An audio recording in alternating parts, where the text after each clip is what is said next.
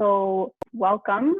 This is our Vision 2030 series. It's the first dialogue of the series, and we're kicking off by talking about the future of arts and culture. And with us, we have four great speakers that will be helping us to understand the landscape and give us a bit of a glimpse to the future of this sector.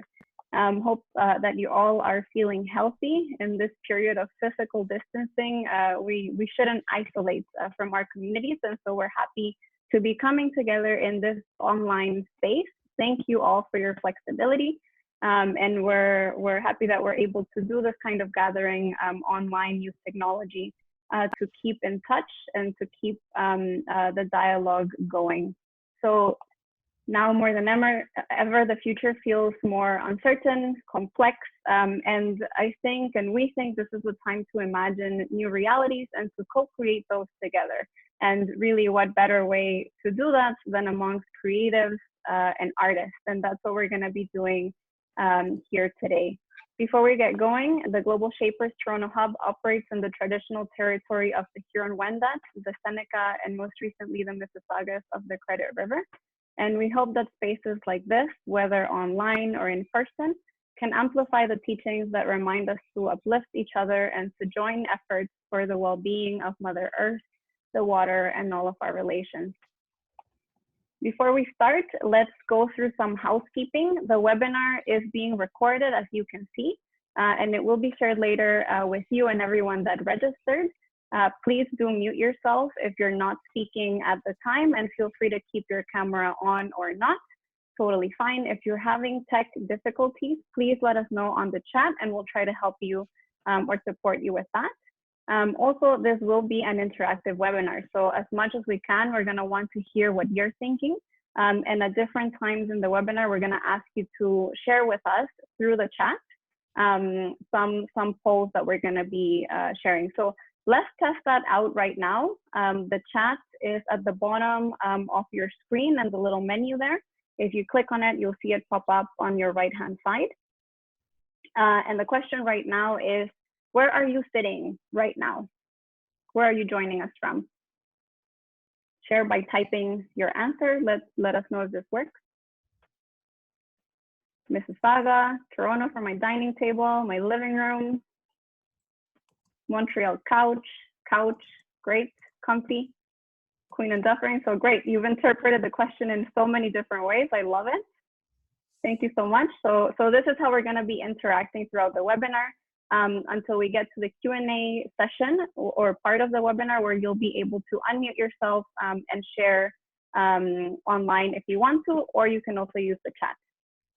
So Elisa, if you can help me with the next slide. This is our agenda for today. We're going to have 3 rounds of dialogue with our speakers. We're going to be exploring a panoramic view of the arts and culture space by understanding our speakers' stories and what they do in the industry. The round number 2 will be about emerging challenges and disruptions in the industry. And round 3 will be a glimpse to the future. So we're going to be asking our speakers how they're imagining the future ahead and how we can best prepare for that future. We're going to have about 30 minutes, hopefully at the end of the webinar, to have a Q&A session, but also to share any resources, especially in the current moment. If there are petitions that you're working on, initiatives that you want to share, this is the right moment. This community is quite active. So please do feel free to share what you're working on and how we can support the work that you do. Also at the bottom of the screen, you can see our social channels as well. Feel free to tag us if you are live tweeting or if you're sharing on Instagram as well. If you can skip to the next slide. So our first speaker today is Hima Batavia. She is a cultural leader, designer, and artist. She's currently the director of the Creative Placemaking Lab at Artscape, and she's a practicing performance and installation artist. Our next slide. Robert Bolton is a Canadian artist, strategist, and principal at the Foresight Studio from Later. And you can see at the bottom of the screen, their social has also been shared. Our next slide. Meagan is a digital media artist and game designer born and raised in Hamilton, and she is the lead digital and interactive coordinator at ImagineNative and founder of, I might butcher this, Meagan, I might actually ask you to say it if that's okay. The games, sorry. Achimostawinan games. That's right. Thank you so much for the help. And our next speaker is Elisa Watson-Smith, and she's the founder of elisaCOMPANY, a creative studio and consultancy where she works as a designer and independent consultant. And she is also a board member of the NIA Center for the Arts. So this is a quick overview of who our speakers are. I am now going to shut up and make it more of an interactive space, pass it on to the speakers. But before we do, we're gonna start with our first poll. So I'm gonna pass it to Elisa to do that for us. And you're on mute, Elisa. There we go, I'm not on mute anymore. The Global Shapers is a World Economic Forum initiative that has global hubs around the world. It's an opportunity for emerging leaders to hone their leadership and civic action skills and be able to have impact and really connect with other like-minded persons to amplify the work that they do. And our theme this year is actually the future of work, gender, and education. And this fits perfectly in terms of one of the initiatives that we're doing under that theme. Yes, thanks so much. And that reminds me actually, Elisa, I just wanted to give a shout out to the Global Shapers team on the call. I see so many of you. If you can just give a quick wave if your camera is on so people see all of us here. Just wanted to give also a big shout out to Justin, who's helped us curate the speakers for this session. Thanks so much, Justin. You're awesome. And also wanted to pass it on before we get to speakers to Danny to talk about the Vision 2030 series and the spirit behind what we're trying to do here. Thank you so much, Eugenia. So I won't take up too much time because I know everyone's really keen to hear from our speakers, but just wanted to give a bit more context to the series. As Eugenia mentioned, this is the first of a 5-part series that will be focused on the future and how it affects different industries. For those of you who are interested in the future of work, the spirit of this event series was really born from a sense that the conversation around the future of work is always focused on technology and really focused on how it'll affect with the evolution of technology, but we don't really talk about how that impact will expand.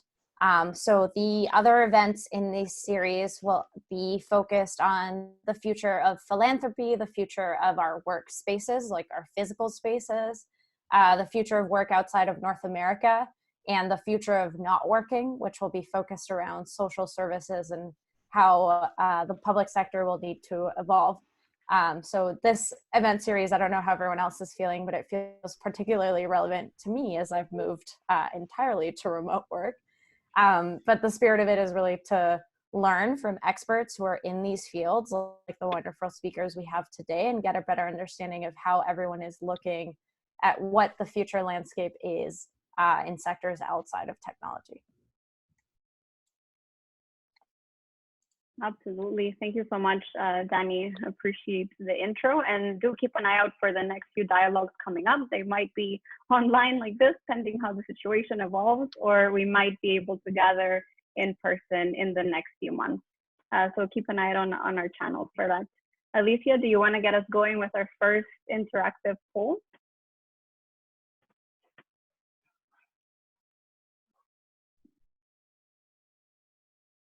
You're on mute, Alicia. To start.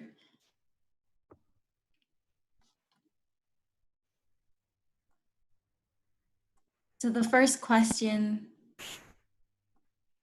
that we have here is, share your story. How do you find yourself in the space of arts and culture?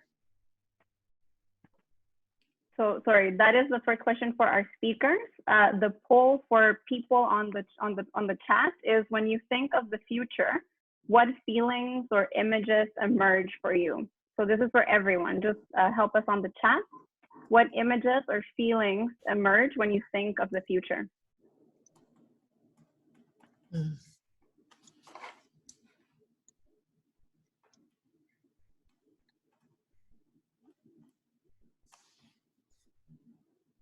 Maybe I can go if that's okay. Sure, I don't know who's speaking. Oh, sorry, it's Elise.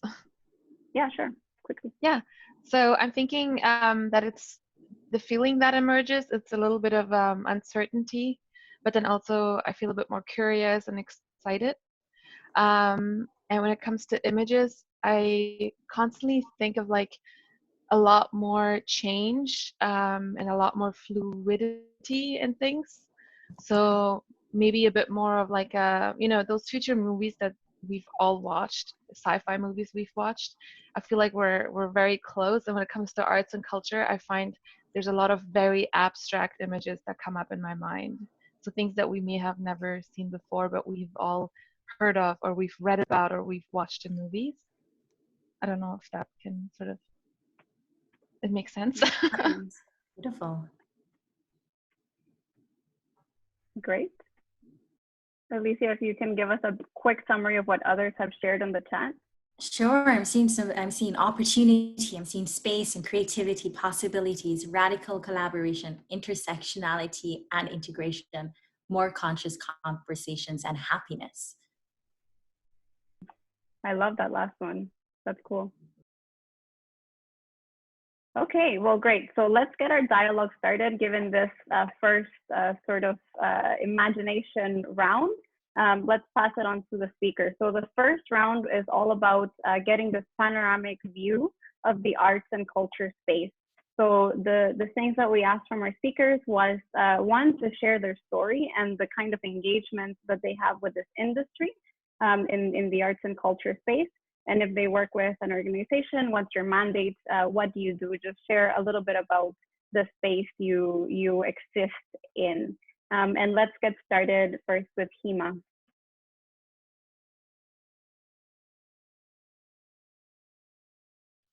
You might be on mute, Hima. Okay. Can you hear me? Yeah. All right. Glad to be here. It's the first time I've ever done a webinar. So I feel all my awkwardness, but so I found myself in the arts and culture space probably in 2014 when I had a major career transition. I'd worked for a number of years in international development, in global health. I was living abroad in India and working across Africa, and just very like left brain. And when I moved back to Toronto, I was in that like transitionary period where it felt like I could sort of, recreate and rethink the next chapter of my career. And I found myself in arts and culture, which in many ways was like a coming back to myself. I grew up training as a dancer and spent most of my university years dancing. And I also feel like one of my core values is community. And, throughout my life, when I think of my own personal story, community's just shown up in so many different ways. And so my entry into arts and culture was becoming the co-founder of a nonprofit organization called Reset, which has been around for the last 5 years and hosts an annual 4-day experience. It's a tech-free experience where 100 to 200 adults go offline for 4 days in the woods, where there's no photos, no names, no pictures, and no work talk. And it's an exploration of creativity, and it's a personal exploration, and we program it from beginning to end and really think about what the experience is over the 4 days. And so from that work, I started to hone like a passion and a skill set as an experience designer and as a cultural producer. I produced a number of festivals and conferences and workshops and retreats over the last number of years, and started to think about what does it really mean to create space, and how do we, and what is the art of gathering. And then, most recently, I've actually joined Artscape as the director of the Creative Placemaking Lab. I'm sure a lot of you here are familiar with Artscape. It's a pretty large nonprofit in the city. It's been around for 30 years. It really started its work in thinking about how to support artists and artist infrastructure. So back in the 80s, when people thought that the city was becoming unaffordable for artists, which is like hard to imagine considering the scenario today, Artscape was born to think about how to work with developers to create affordable housing for artists. And from that work, it started to evolve to think about, when you're building new neighborhoods and new communities, how do you actually nurture community and what's the intersection between creativity and community? And so Artscape started to work with developers to cluster artists in cultural hubs around the city, with the thesis that, when you bring creativity into a community, it brings vibrancy and sustainability in those new neighborhoods. So cultural hubs and affordable housing has been, a big part of Artscape's work. And you're probably familiar with the Distillery District, with Witchwood Barns, now with the Waterfront, with Young Place on Shaw. And that's actually all Artscape's work, where they identified a site in the city and did community engagement work to start clustering artists together, which then spawned, community and culture. And so my work now with Artscape is actually, we're building out a new arm called Artscape Atelier. So it's something that the organization's been piloting for the last year. And the opportunity is really how do we build the market, or expand the market, I should say, for public art. And because we've had really, really strong relationships with developers, we're actually working with developers who are building large scale neighborhoods. So really projects that are 30 acres to 150 acres, to say how do we bring art into the development project? So generally when a developer is creating a project, they always consider public art, and it's obviously mandated by the city to have a certain amount of public art in new developments. And so what you'll see is a site plan where there's a sculpture, at some point. But what we're saying is what does it mean to look at public art right from the beginning, right? So how do we bring artists into the city building process, and think about, how do we create benches made by artists, and light poles made by artists, and, have murals painted on roads, and and you can still have installations and you can still have sculptures, but then what is ongoing animation of new sites look like, and ongoing creative placemaking in new sites look like? So so that's what we're doing at Artscape, which is really, really exciting. And part of that objective is to not only expand the market for public art, but try to lower the cost of public art. So part of the reason why there isn't as much public art in Toronto and Ontario is that it's actually A, really, really expensive, and B, there just isn't, because there hasn't been a market for it, there's just not as much, there's talent that's interested in it, but they don't necessarily have the skill set that public art requires, because there hasn't been opportunities for it. And so, part of our strategy is, again, to use our expertise from cultural hubs to create a hub where we actually are able to cluster different artists and invest in upfront infrastructure and equipment to lower the cost of then producing public art. Wow. Yeah, and then my last thing is that I just also found myself in my own personal artistic practice, which has been around performance and installation. And I kind of stumbled into performance, and it comes sort of from my dance background, where it's sort of natural for me to perform. And when I wanted to express myself, I kind of asked myself this question where I'm where can I start? What's the easiest place to start? And the beautiful thing about performance is that you actually just need yourself. It's all like body-based work. And a lot of people are not fully familiar with what performance is, and the way that I kind of define it, that it's very different than dance and theater in that it's not choreographed and it's not rehearsed. So again, it's really about creating a space and a framework and rules of engagement, and then allowing it to emerge real time. So when I do a performance piece, I've never rehearsed it. I've just thought about what is the sequence going to look like? What's the framework? And then I just do it for the first time, and everyone experiences it for the first time.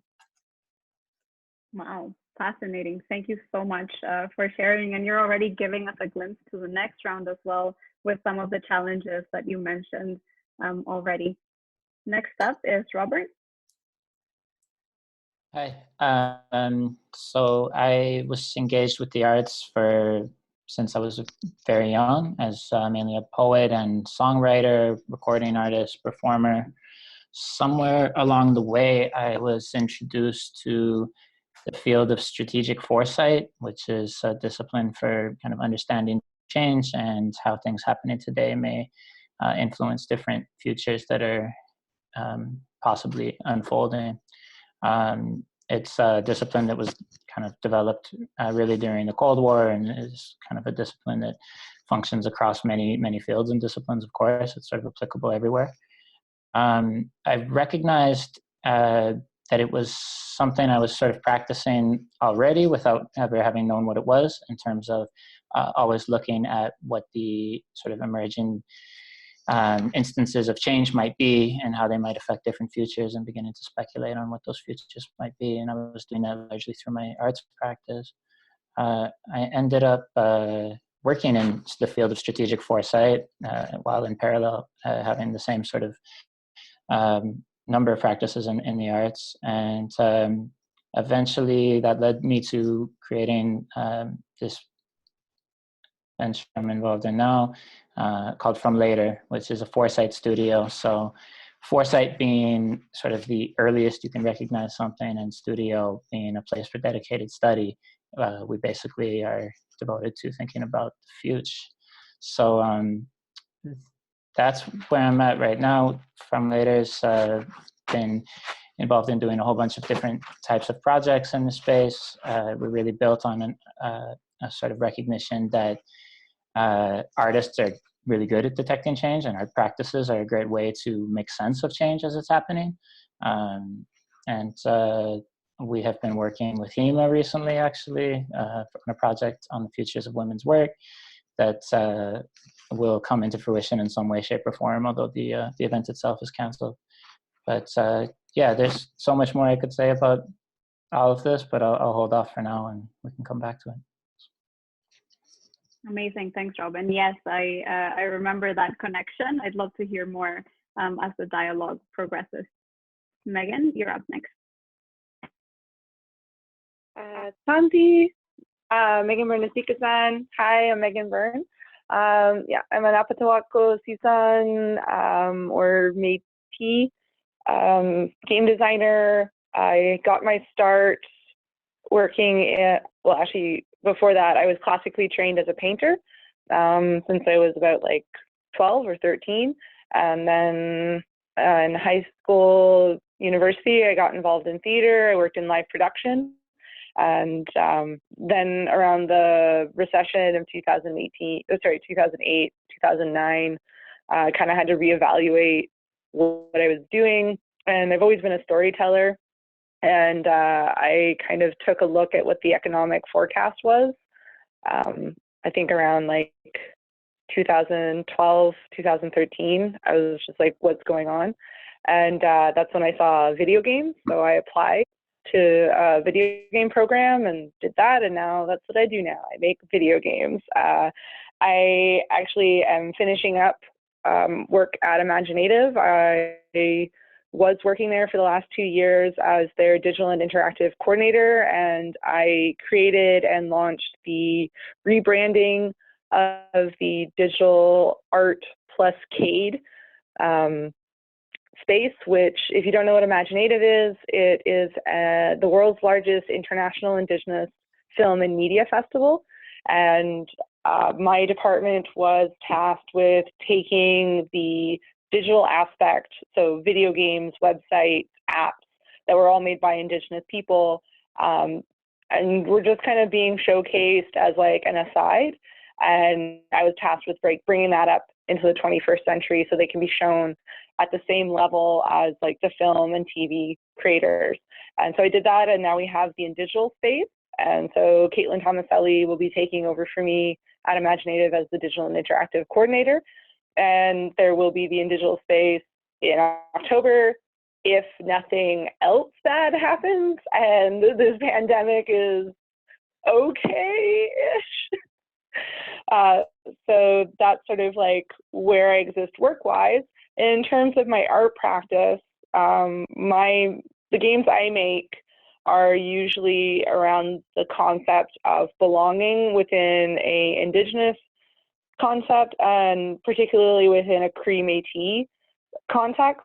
And you know, we live in an era where we're talking about a lot of things that had been done to the communities by the federal government, by a government that, you know, doesn't even really exist anymore, and you know, by the different colonial powers. And I kind of my way of dealing with sort of that intergenerational trauma is by creating video games about it.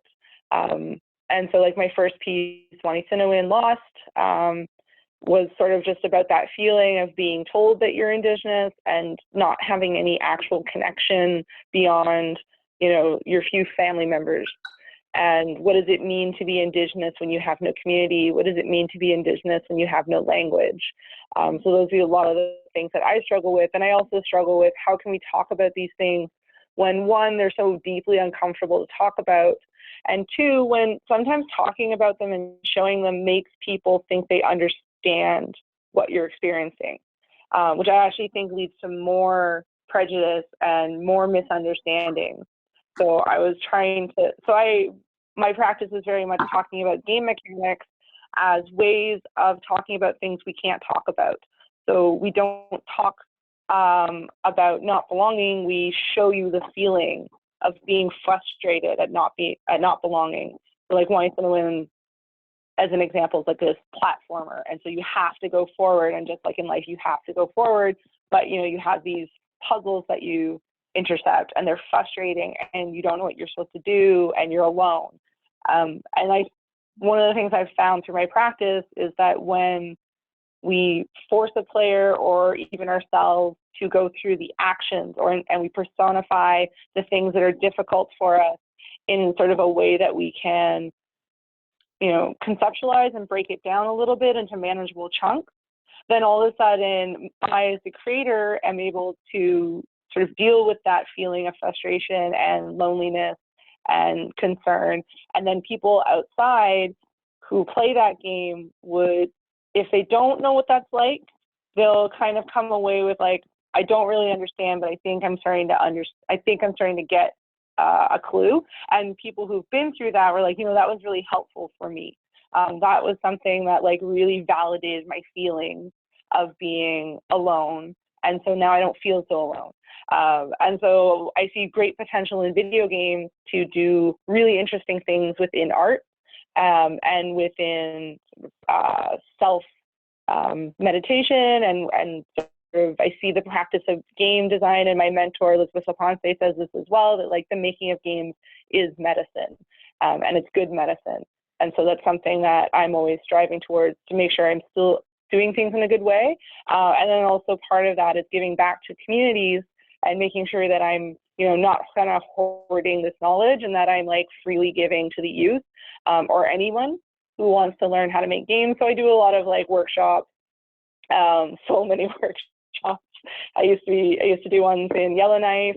That was like a whole month up in the Northwest Territories for a couple of summers, working with Indigenous youth in 2 different communities, one in a Dene community and then one in a Métis Cree community. And those are just great times, just making stuff. And so I do a lot of work also with Indigenous youth. Thank you so much, Meagan. And you've opened up so many different images, at least in my mind. I'm really appreciating of that. Elisa, you're up next. Hello, can everyone hear me? Yes. Yes, okay. So I have a very nonlinear path into art. So, you know, my love of art started when I was a little girl. I was always fascinated with, I never really had an interest in kind of, you know, the stereotypical playing with dolls. I was always very fascinated with my like Legos and like, how can I build things and how can I imagine, you know, different kind of realities and build cities and all of that kind of thing, all of those kinds of things.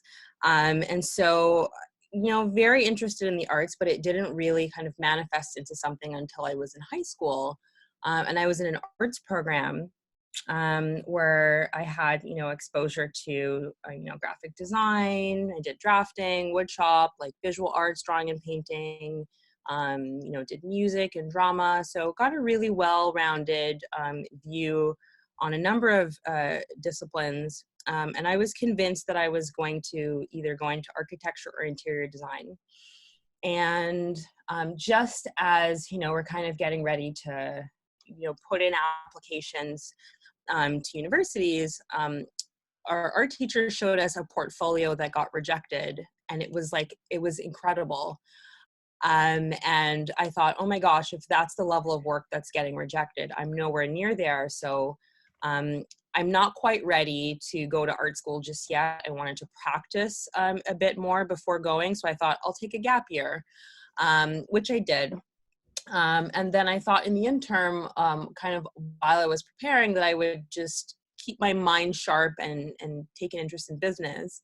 What ended up happening is I ended up really liking it, and I went to business school instead. And then I ended up in banking. And so that was a little bit of a detour, but while I was in banking, it was quite interesting because you could tell, everyone always said like, I belonged, but not really, in the sense that, you know, everyone else was like wearing like, you know, gray and dark suits, and I'd show up in like a floral suit or like fuchsia. I had like, you know, a leopard print on top of my desk. And so like, whenever they had new people coming in, they would like tour them by my space and be like, you know, everyone has to see Elisa's, you know, space, because it was just so different. It was such a contrast to everything else around me. And while I was in banking, I, interestingly enough, wanted to go to an AGO massive party, and I was looking for some jewelry, and I couldn't find anything. And so I really wanted, so I just made something myself. Because I was always fascinated with the construction of things. And as I was looking at things, I was like, I feel like maybe if I had the right tools, I could make something. I did. Everyone loved the necklace. And I thought, oh, this is fun. I'll just keep doing this for myself for a bit. And then that kind of sparked an initial interest in some design, in terms of like jewelry design. And so over time, I thought like, I'm not really that interested in banking anymore. I wanted to like move on. And so I left just before in 2008, the market crash, like the financial crisis of 2008, and decided that I would pursue jewelry full time. That has been an interesting journey. I kind of like, because of how things went, and also me wanting to like go back to work full time and also still use kind of like my business brain. I've done a number of things since then in terms of working full time and finance related things, but always kept myself connected to art. And around 2015, I started working with a gallery. So it was Project Gallery, which is now Patel Gallery, and got really exposed to like different artists and different exhibitions that I was helping to support with. And that's when I started really digging a little bit deeper into the art world.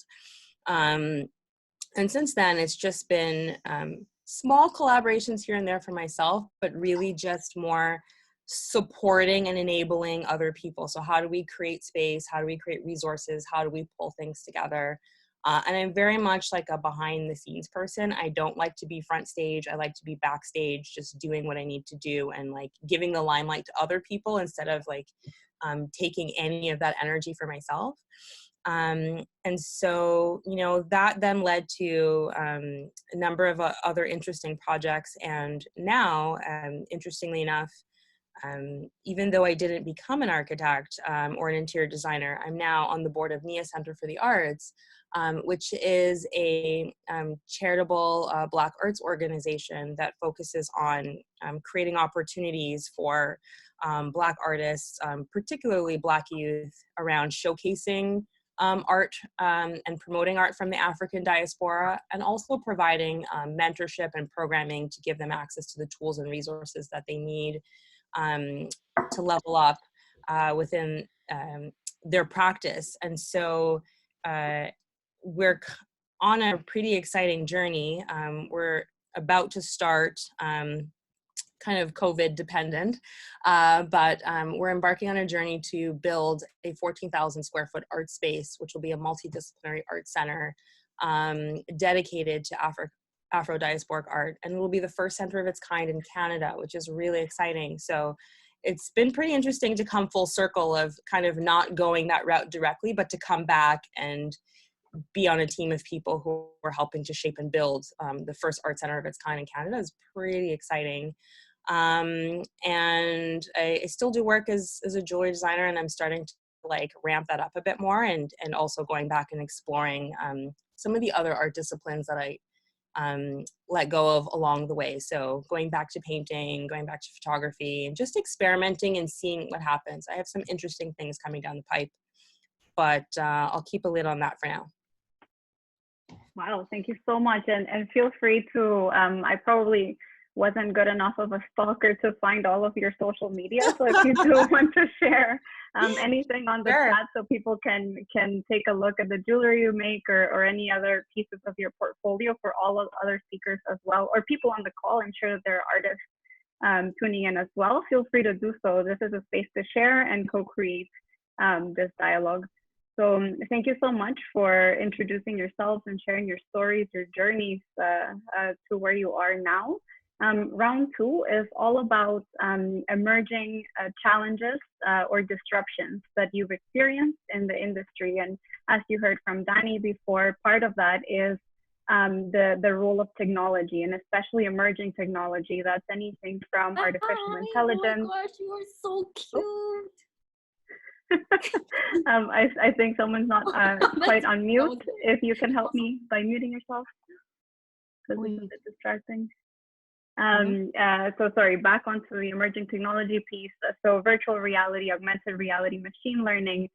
We asked our speakers to consider how this emerging technology space, how is it changing the work that they do? Is it at all? Is it having an effect at all in the space of the arts and culture? And so again, I'll ask to go in rounds, or also feel free to build off of what you're each saying. And we're gonna get started first, again with Hima.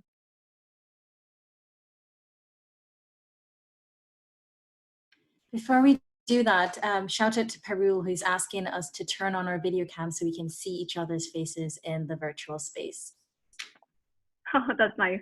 Sure, if you feel comfortable, do turn on your camera and wave. Hima, go ahead. It's a big question, obviously.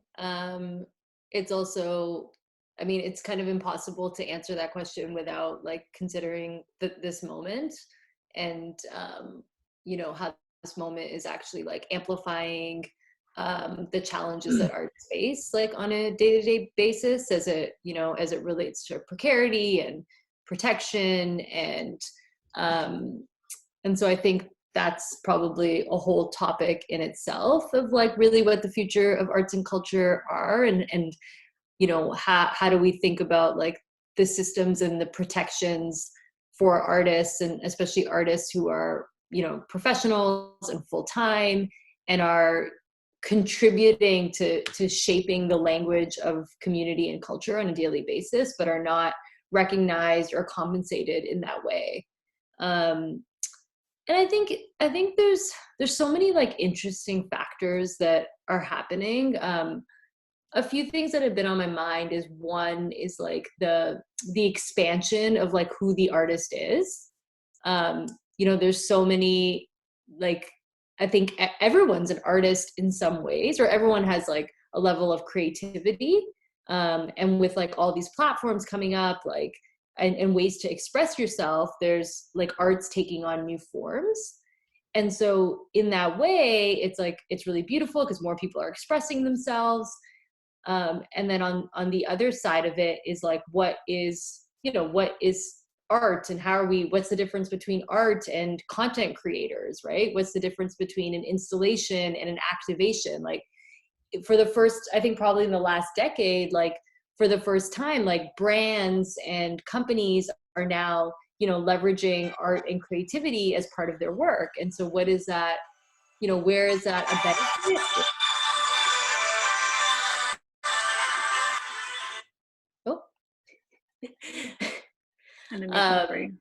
Yeah, so where is that a benefit in terms of expanding the market and obviously creating more financial opportunities for artists? And then where does that actually kind of impact how we think about art and what the process of art is and what the language of art is?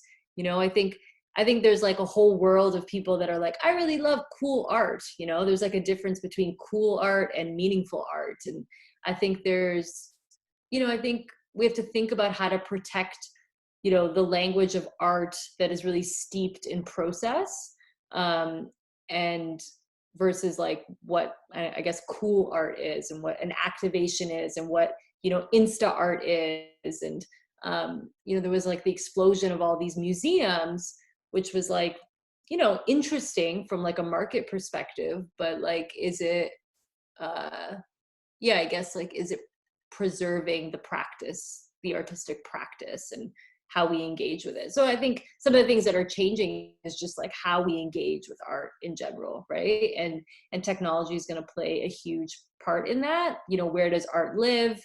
Does it live in one place? When we see art, it's not necessarily one dimensional anymore. It's like you see it in a gallery, but then, people take pictures of it. So you see it online, which is a different experience and like a different way of experiencing it. And then of course there's like the connections between, having static pieces that then have like virtual components to it. So I think just like the concept of art has really expanded, because of all the technology. And then the third thing, as I was saying, like there's certain kinds of art where the cost is still like really, really high, and there just hasn't been public support for it at the city level, from developers, and public art is one of those. And we do have a lot of public art in Toronto. I wouldn't say we're like world class by any means. And actually, like if you kind of dig into some of the public art sculptures that are around the city, what you'll find is that most of them are actually not Canadian.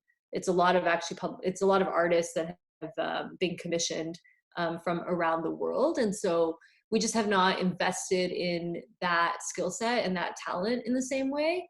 And so it's reflective in sort of in the way that our city looks and the aesthetic of our city. Like I'm sure some people on this call have probably been to Mexico City and to Berlin and to Paris, where there really is this culture of integrating art into the built environment and art into the landscape, and shaping our everyday experience of our streets and our cities, and allowing people to feel seen and their stories to feel seen on the walls of our cities. And so I think, what's really cool is that Toronto has declared 2021 the year of public art.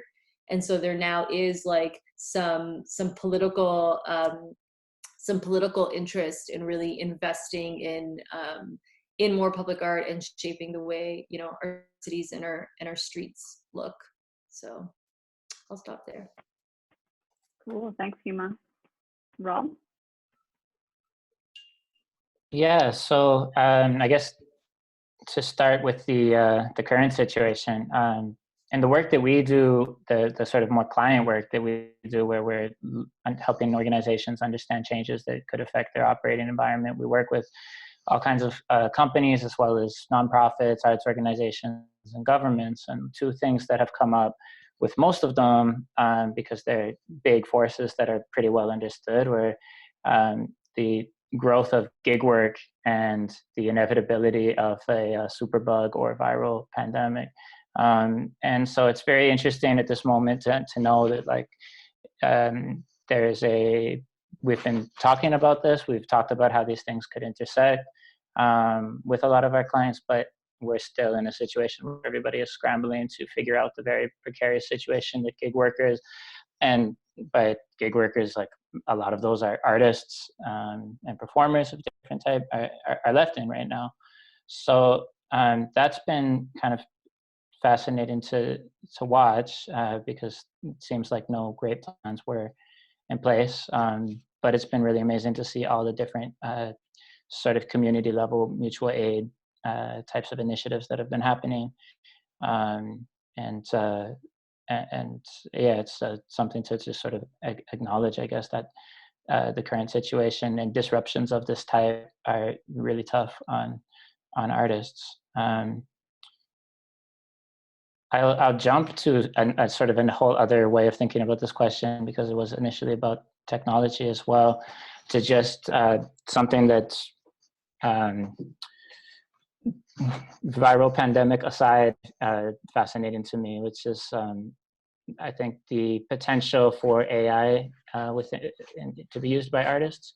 The term I like to talk about is centaur creativity. So the centaur being the mythical figure, half human, half horse, that's used to describe human and AI teams. So it sort of represents the idea where you've got, the human creativity and empathy tied in with the sort of speed and scale and so on, and power of a computer. So that is the half human, half horse idea. But yeah, the potential for what artists can do with that, I don't think we've explored at all. There's an interesting essay that talks about sort of that the idea here is it's not about either the human side or the AI software application, but the plus between these two, the plus sign between these two and the equation. And so it's really about the processes and the different ways of interacting that artists might have with technology. So how artists interface with emerging technology is going to be, I think, a really exciting thing to look at, and what that will mean. And I think, we're already starting to see it, and we've seen it so much in the past. It's interesting to note that, like, so much of what we do on our computers and what artists do and designers and stuff do on their computers came out of AI labs, down to just the idea of a graphic user interface and a mouse. So the things that we thought of as AI before they existed just become sort of our regular tools. But yeah, the emergence of new tools will definitely create a lot of new opportunities and possibilities for artists, if the right artists are able to access them. So that's a big concern, I think, for as far as barriers, as just having a kind of equal playing field where artists are getting that access to tools, resources, materials, and training, and sort of having an even playing field for wherever you're coming from. Lastly, I just wanted to touch on our practice, our arts practice, which is about using arts to understand change. We've got a project called Recordings from Later, where it's a series of songs intended to help understand change as it's happening. So we've done one of those. The first one actually was, we've done two of them so far. The first one of those two was called Lonely Arcade, and it's kind of a work song, and written in the tradition of the work song, but in a world without work. So I thought of this because of your future not working talk that will be coming, I guess, several months from now. But this is like a practice of using established artistic forms, such as the work song, as a kind of scaffolding for looking at how all the change that is happening right now, what it could mean in a possible future. So this process for us is about imagining a particular future scenario and writing a song as though it's from that world, and basically seeing what emerges. What does this tell us about how we might feel about that particular future, and using it as a way to have a conversation about whether this is something we would prefer or not for our own communities, families, nations, and so on. And in that case, at Lonely Arcade, the speaker, the singer of the song, is lamenting not being able to find meaning in a world without work, which you can kind of take how you like. It depends. We obviously have a long history of gaining some sort of sense of identity and meaning from our work as humans. On the other hand, you might think, this is awesome, I don't have to work, party time. So that's kind of what we're doing, and also what we were doing on this project that I alluded to before, the Futures of Women's Work. I'll stop there. Yeah. Thanks, Rob. This is great, and I'm actually curious to hear, as the speakers go, do you agree, disagree with each other? Do you see connections between what's being said and the work that each of you are doing? Some of you are obviously already connected and integrating that thought leadership. And for all of you on the call, what is emerging for you? What questions do you have? I want to invite you to share that as we go on the chat, whether that's commentary on what you're hearing, any pieces that might be interesting to share, or questions that are already emerging for you, so we can touch on those at the end. Feel free to go ahead and share on the chat. Meagan, on to you. So I think I have a couple of areas of disruption, I guess, or change. I'm always like trying to think, how do I say these things to a non-Indigenous audience? Because these are conversations that we're still having in Indigenous communities. And so like sometimes I say things that are understood that would not be understood here. So like, sorry, please, like if you don't understand something, please absolutely ask me. So one of the things that I'm conscientious of in my work is just how much corporations have abused the use of the cloud to control their users. And a lot of my work with Indigenous communities are in places where they can't use things on the cloud. They can't have access to the internet, or they can't have consistent quality access to the internet. And 10 years ago, that probably wouldn't have been a problem. You would have been able to get Adobe Creative Suite as a software package, and you could have taken it up to your community and you could have worked there, or QuickBooks, or like any of these things. You could have functioned as a digital artist in remote spaces with just, a trip to the city, maybe. And now it's to a point where it's almost like these companies have us on a leash. And one of the things that I try to do in my work is kind of, one, make the government aware of how dangerous this is, that, we shouldn't really be, well, I disagree with the subscription-based model. I think it's manipulative and it's abusive. And I just like, if I have paid you for work, you should give me the work. You shouldn't be able to like hold on to it and take it away from me whenever you feel like. Like that's a really weird model. We wouldn't use that like for almost anything else. So like, why do we use that for software?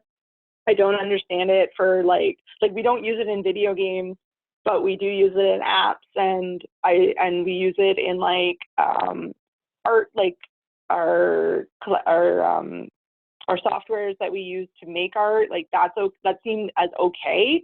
And it's not until you start going out into these communities where these people have had their ability to interact with these pieces of equipment or these pieces of software have been taken away from them because they can't subscribe to the cloud-based model.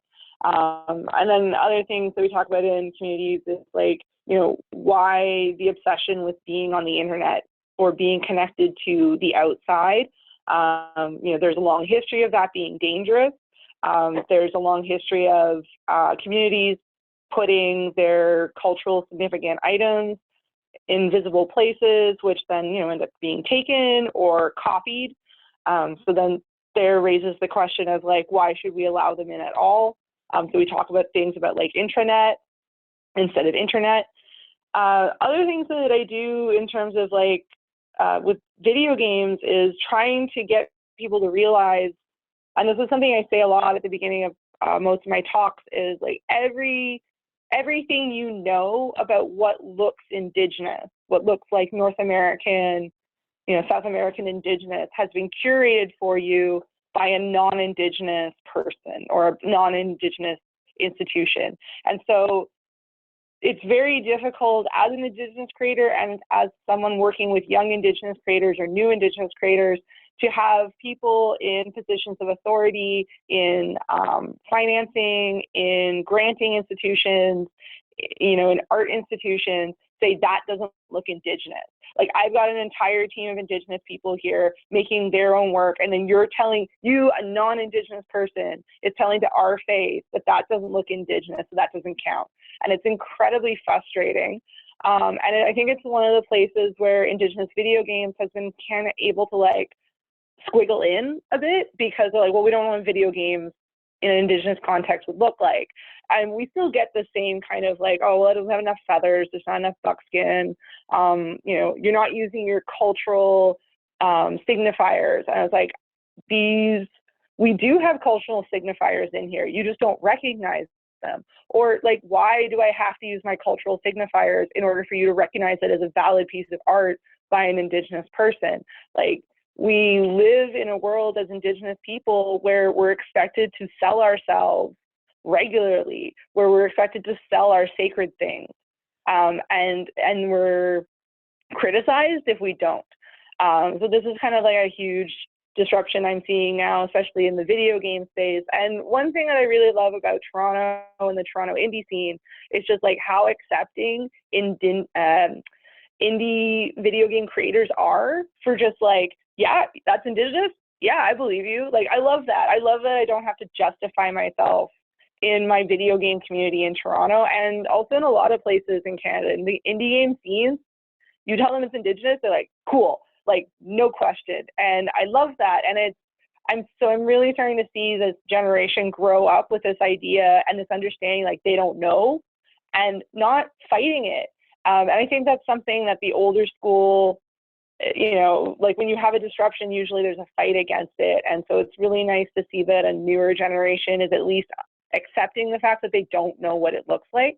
So that for me is the big thing. Yeah, I'll probably just go for a really long rant if I keep talking about this. So I'll probably just end here. Thanks, Meagan. No, these are important perspectives that it's crucial that we understand. And I think not all of us are exposed, to these perspectives. So thank you for bringing that forward. Truly appreciated. And Elisa, if you can close off this round by sharing your perspective on emerging challenges and disruptions. Yeah, so some of what I'm going to say will kind of echo off of some things that Meagan has highlighted. So for me, technology, just in general, is pretty interesting. It's part friend, part foe. And so in some ways, technology can be useful in the sense that, as a creative, so, even thinking of myself as a designer, the kind of old energy, not like it doesn't necessarily mean that it's not still like that or that you didn't have other means before, but everyone's like, are you going to get into stores, into retail? And I'm just like, I went to business school. Like, I'm not going to work hard and give it to somebody and then fight for shelf placement and then them take a massive cut. And then I got to chase them for money and all that energy. And I was like, no, I'd rather just sell to consumers directly. It's harder, it's more work, but I get more reward back instead of a big, company handling it or a store.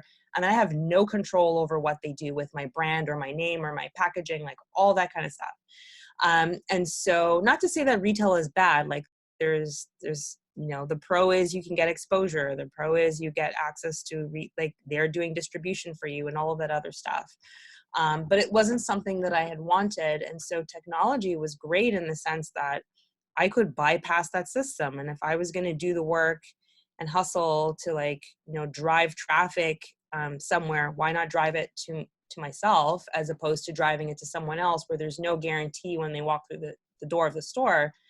Now there's all these other shiny objects that they're looking at that they may not even I worked so hard to get them there. And now they're they're buying something else, which is not a bad thing. I think the consumer should always get what's best for them, but it's hard for you to kind of measure results. So you can get direct feedback, work with the consumer directly. If you need to make changes or customize things, like there's so much great energy that can come from talking directly to your audience.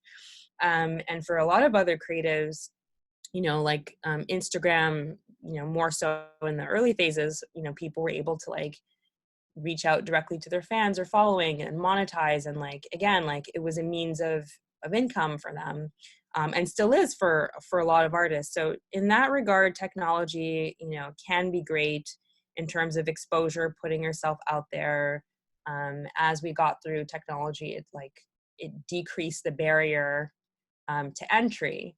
But then, you know, as people were doing their thing and doing really well, enter corporations, and they're like, oh, you know, what's happening here? And then they start getting on kind of the same, you know, train. They start monopolizing the space and the resources, you know, and now kind of from a faux lens, there's a number of things like, you know, it's constantly fighting with algorithms of like, what's the thing to do to get exposure?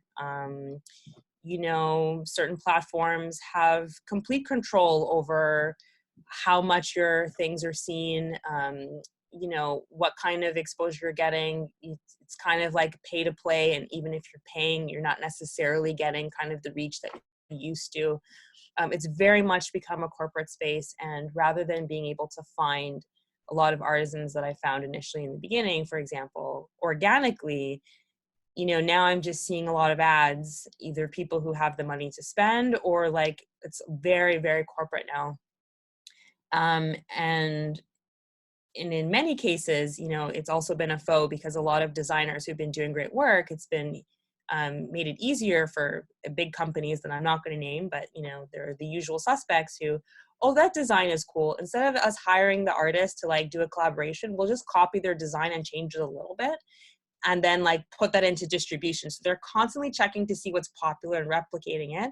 And there have been designers who've been caught and actually accidentally, not realizing, actually said, oh yeah, like I stole this from an artist. And it's like, whoops, you know, like, and then, you know, an artist, I remember seeing an exchange saying, I have it on record now, like you've admitted publicly that you just like stole my copyright, like I'm suing you. Thank you for admitting that you did it. Like you could have just hired me and we could have collaborated together. And so there's a lot of that energy, which is very frustrating. And then I think about how spaces are being used. So, you know, what does that mean for artists as, you know, we're producing work, like also in a digital space, but kind of in, you know, in our everyday spaces, you know, offline.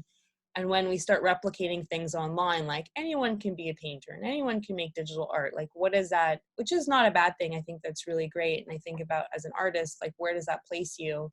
You know, in the realm of, in the era of Instagram, everyone's a photographer with the iPhone. And so if that was your profession, you know, what does that do for you as an artist if like now everyone with this relatively easy tool is now doing the same thing? For some artists, it's made their work easier. In other cases, it becomes, you know, what is photography and what does it mean to be a photographer and how do you kind of create in that space? And then I think about things like, you know, there's a digital model. One I think of in particular is Shootogram. And this is a dark-skinned Black model who has become popular on Instagram. And like visually, if you're just scrolling through your screen, it looks like an actual person, but it's not until you take a closer look that you realize it's a digital model. At the time when, you know, she surfaced, there was a bit of controversy because, you know, in the fashion world, you know, like Black models in general had a very challenging time. And then also dark-skinned models, it was very hard to book work. And then now you have this digital model who's like booking jobs, and, you know, then other like actual Black women are not getting the jobs, which was already a challenge. And then to further complicate it, this model, like Shudu, is the imagination of a millennial white man. It's like he's imagining what he thinks is the perfect Black woman, which there's all kinds of things that are challenging with that in terms of, not only is Shudu potentially competing for jobs with other people and getting them, because it's much easier to style her in whatever you want because she's a digital model.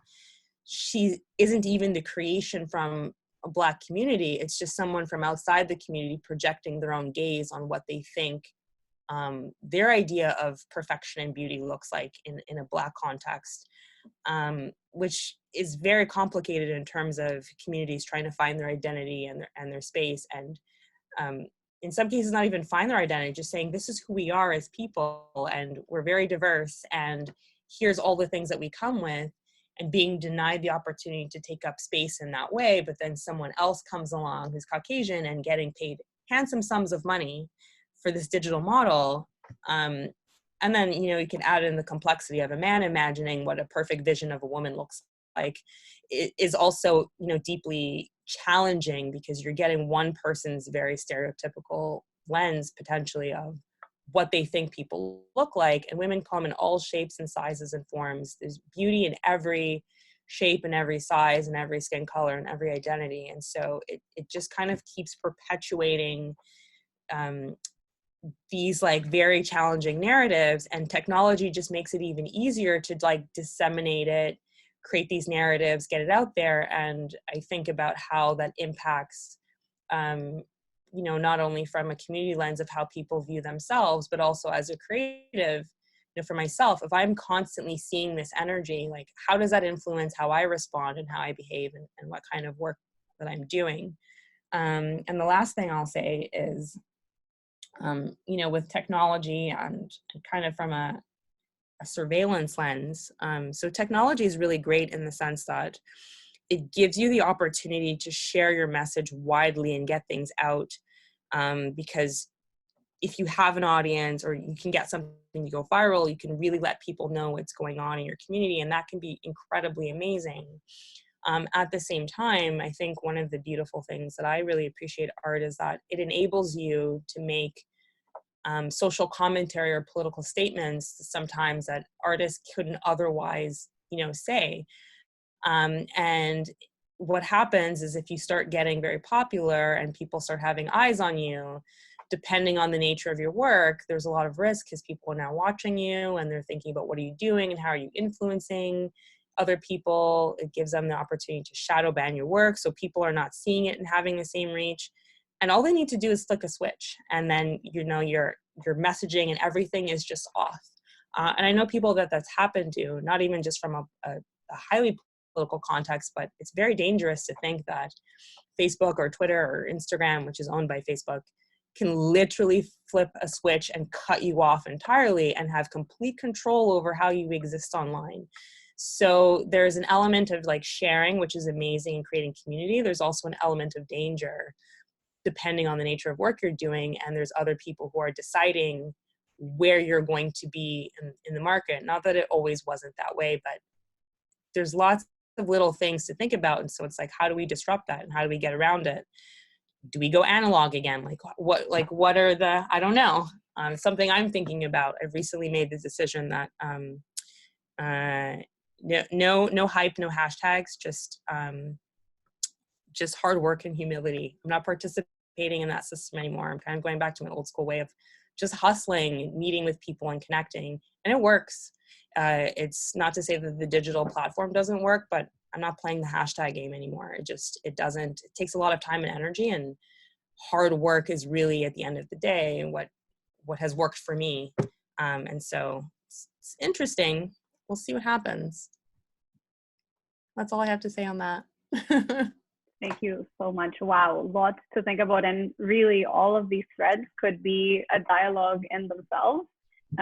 You've given us a lot to think about, the four of you. So we're close to 7:15. Before I pass it to Elisa to start our next poll, let's take a stretch. I can see some of you already lying down, but if you have your camera on, let's see that stretch. So we get a little bit of movement in there. Yes, thank you. Awesome, love it. Even Alex from his couch. Thank you. Great. Elisa, do you want to take it away and get us interacting with each other? Yeah, but before I do, I just want to say that the speakers got the digital equivalent of standing ovations with people saying facts. I appreciated those words. Thank you. Powerful. Agree so hard. Amen. I do want to, I know that we have creatives and artists and aspiring artists online. And so we want to throw it over to you with this poll saying, are there other emerging challenges you've experienced in the industry?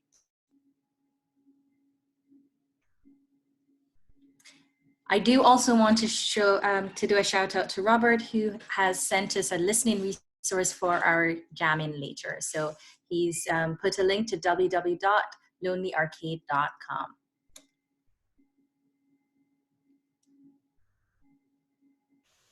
So take it away, guys. Let's hear your thoughts.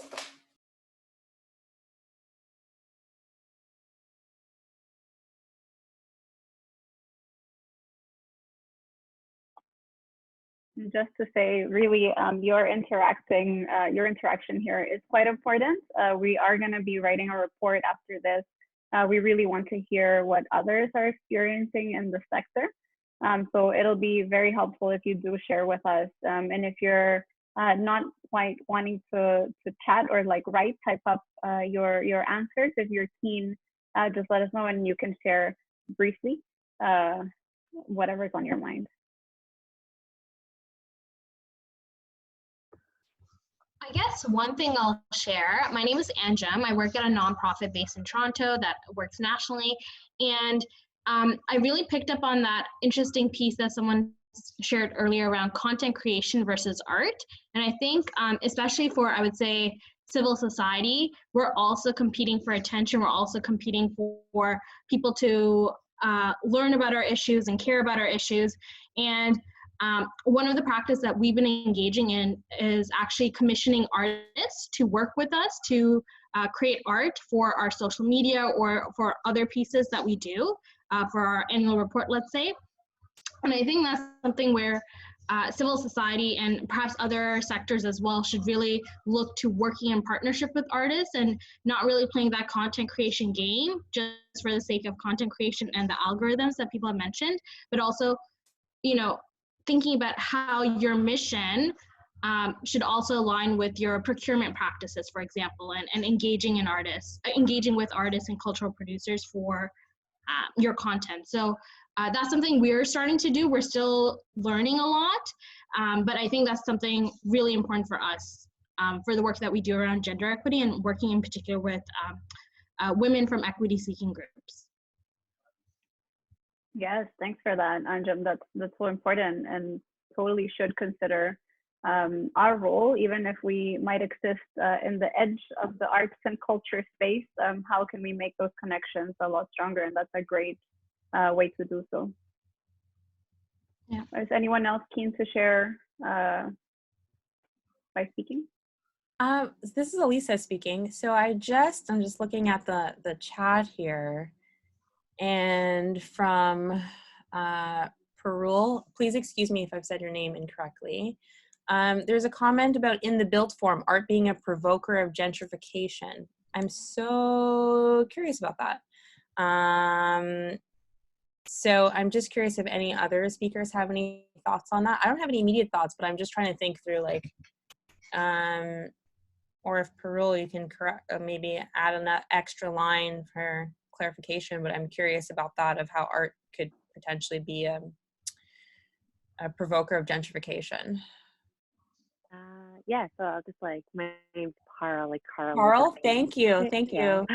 Yeah, I think we've seen, if you look at real estate trends in most major Western cities, artists generally go to spaces and places, make them really interesting over a period of time, and live in pretty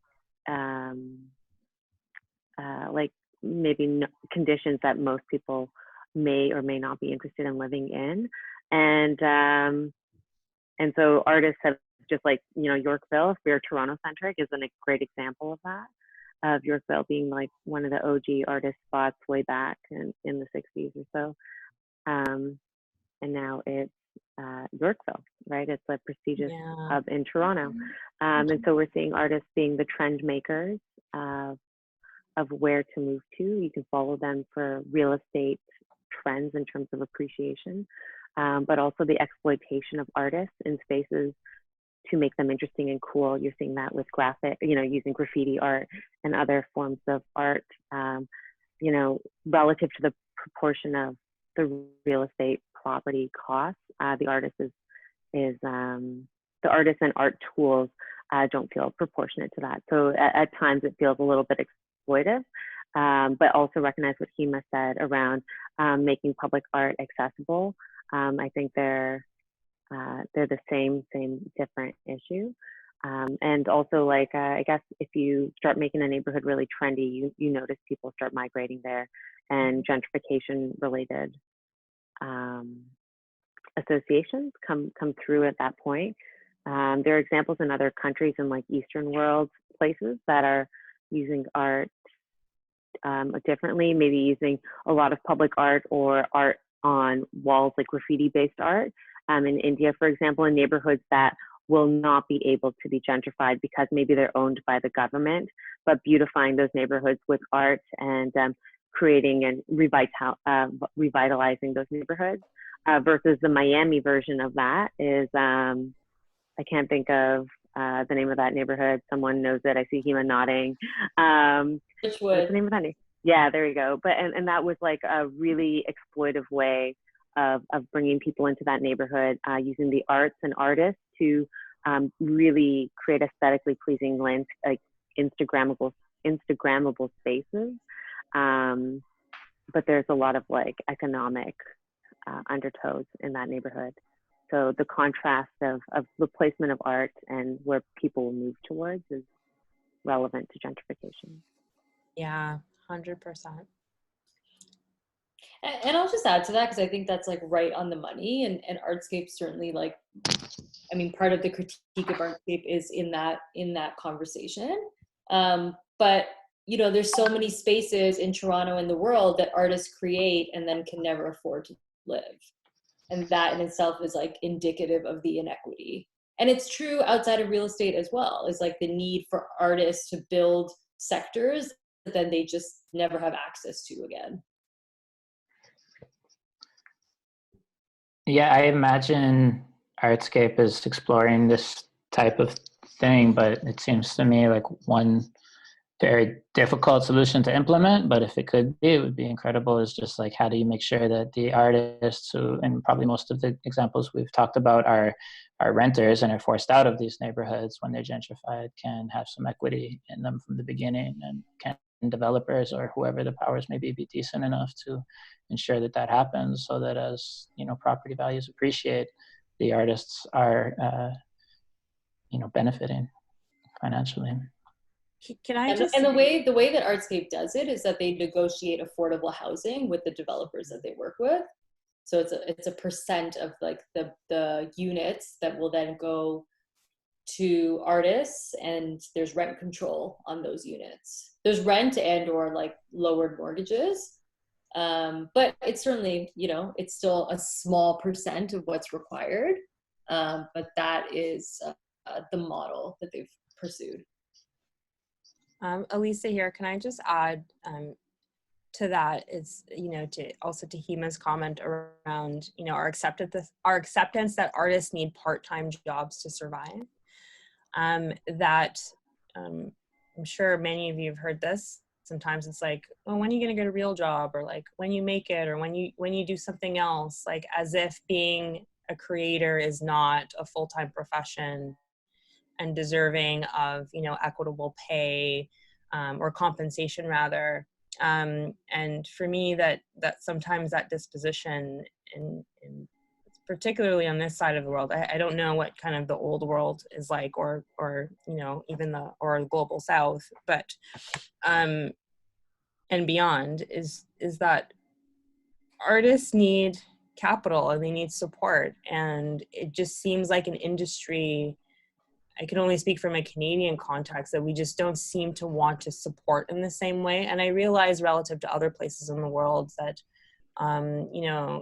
Canada, kind of from a more of a confederation lens, is relatively young, and is still kind of like building up culture. And so not necessarily to compare to places that have been doing it for hundreds of years or like millenniums, but like, it's just, I think, to get capital to support artists is really challenging. And it's like, we need buildings and we need infrastructure, and there never seems to be enough money for that.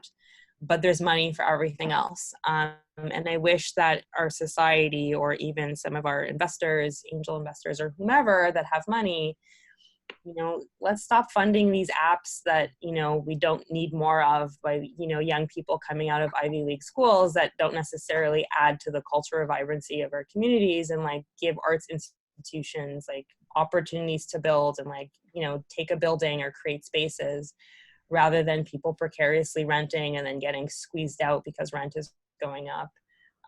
That's just my lens anyway. But I think that, you know, I'm given some of the reports that have come out around how much money artists make and how many people are like barely scraping by and just kind of living just like below or barely above the poverty line is really alarming to me. And so people have no choice but to take on all of this other precarious work in order to get their practice to survive. Artwork is real work, and I think we need to invest in it. And so I just think we need to have more conversations around that and lobby as much as we can in order to get like dedicated space for artists that they're not being squeezed out of. Amazing. So we've touched on several of the comments that the participants have spoken about, whether that's space and accessibility, and whether that is the well-being of the artists and appreciating the work that they do. The last piece that I did want to make sure that we didn't overlook here was really around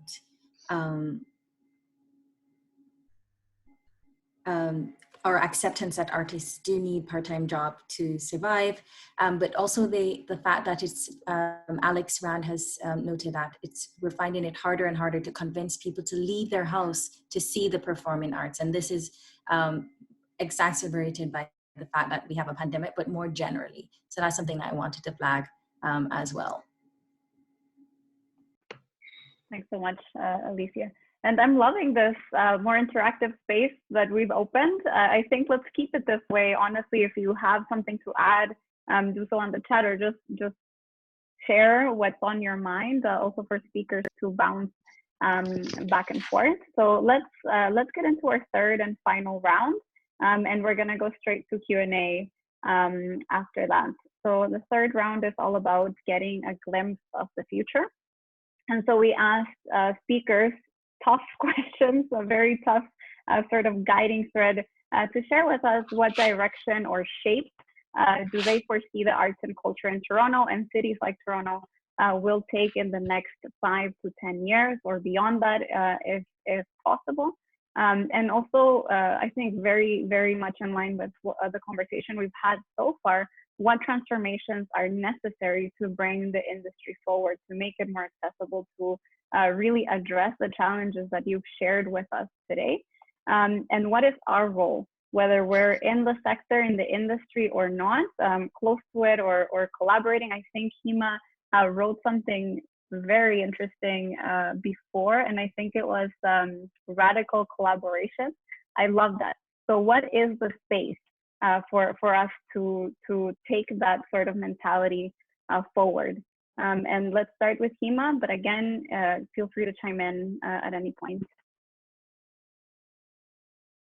You know, I think that I think this moment is actually going to define like what the future of arts and culture is. Like more than like, I think we've always known this, and there's so many people that do the work of advocating for the protection of the arts as it relates to funding, as it relates to process, as it relates to artists having a voice that isn't like swallowed by capitalism. And what's interesting about this moment is that in its absence, we actually can like really understand its value more than ever. And I think it's really important that, you know, the arts community, which has been doing so much work to self-organize, to protect themselves in this moment and document their work and document this experience and amplify each other to continue to do that work, right? And I think as a broader community, really, really amplifying the narrative of how important the arts are, and protecting the arts in a really big way, and letting people and giving people the resources that they need to actually do the work that that has always shaped the narrative of our future. You know, as Rob's saying, is like, art's always been a tool to imagine the future, and it's always been a language for us to understand the human experience. And the more that it gets swallowed by capitalism, the less that we have that objective voice. And so I think if you're an organization that's like, if you're, you know, a nonprofit organization or a for-profit organization, and you're like, let's hire artists, let's get artists involved, to really like check yourself in what that relationship's going to look like and what your expectations are around creative control.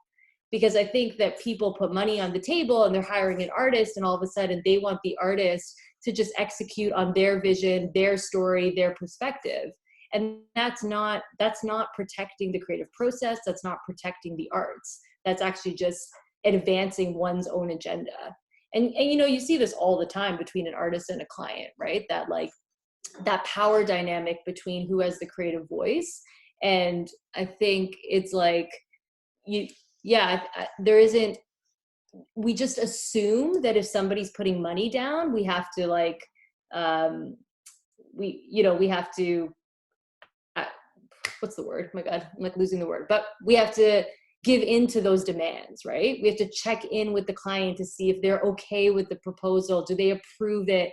Does it meet their brand guidelines? That's actually not like, to me, that's not an ethical relationship with an artist. So I think, you know, what I want to see in the future of arts and culture is really that protection.